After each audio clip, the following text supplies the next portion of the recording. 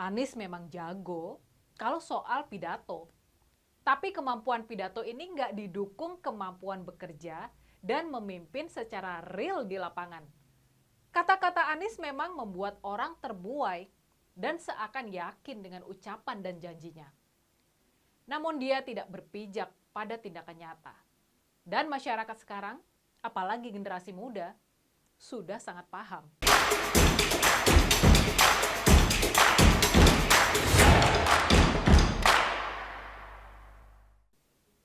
Tidak bisa dipungkiri, pada pemilu 2024 nanti, hampir sebesar 60% suara akan berasal dari generasi milenial dan generasi Z atau Gen Z. Karena itu, kunci kemenangan pada pemilu 2024 adalah merebut suara generasi muda tersebut. Pemilu serentak akan digelar pada tahun 2024, tepat pada tanggal 14 Februari 2024.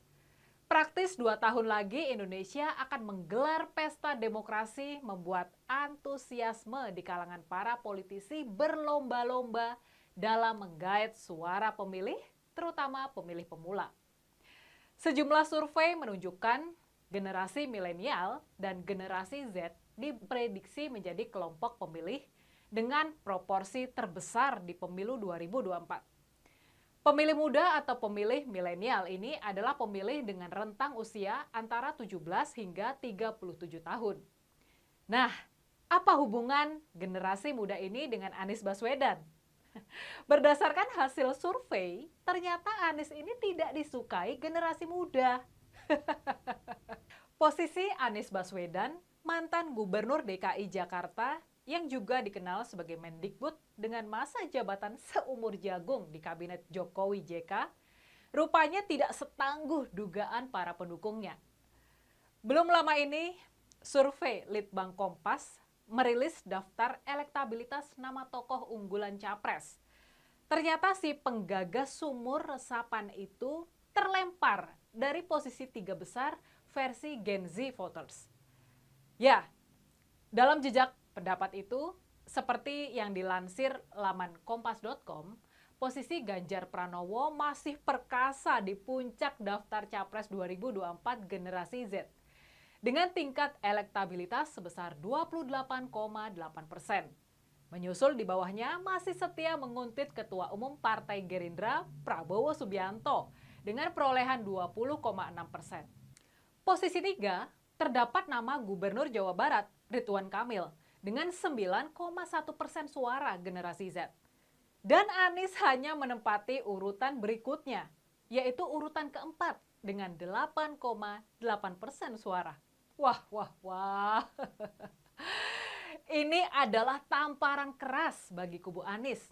Karena di kalangan Gen Z ini, dia ada di urutan keempat.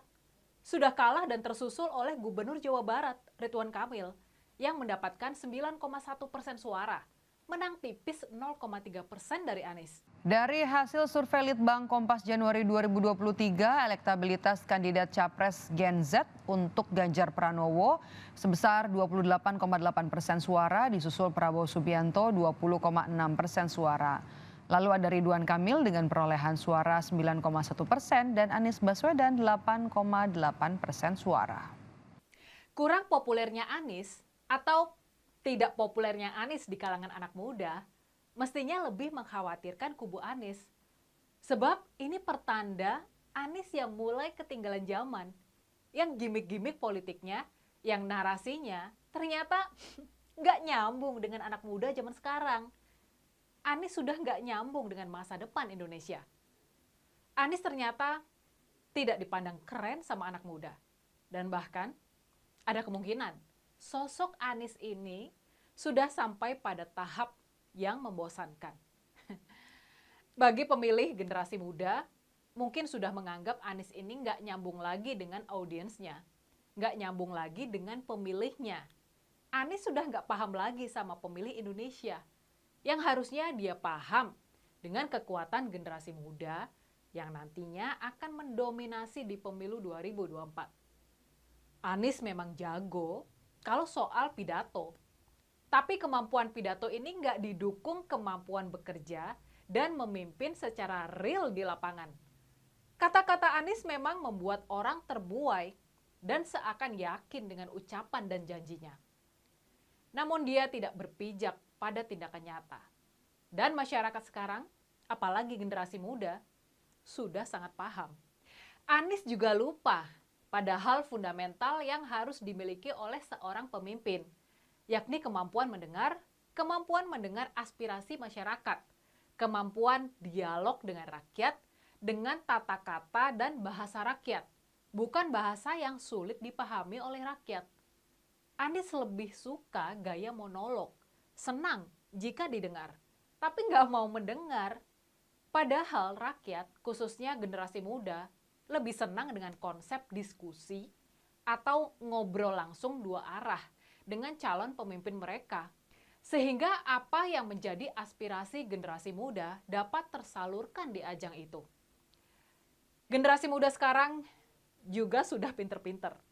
Mereka bisa dengan mudah untuk tahu bagaimana rekam jejak calon pemimpinnya. Media sosial terbuka lebar. Jejak-jejak digital terpampang nyata dan mudah diakses. Jika mereka menemukan sesuatu yang janggal, mereka ingin segera mendapat jawaban langsung dari calon pemimpin tersebut.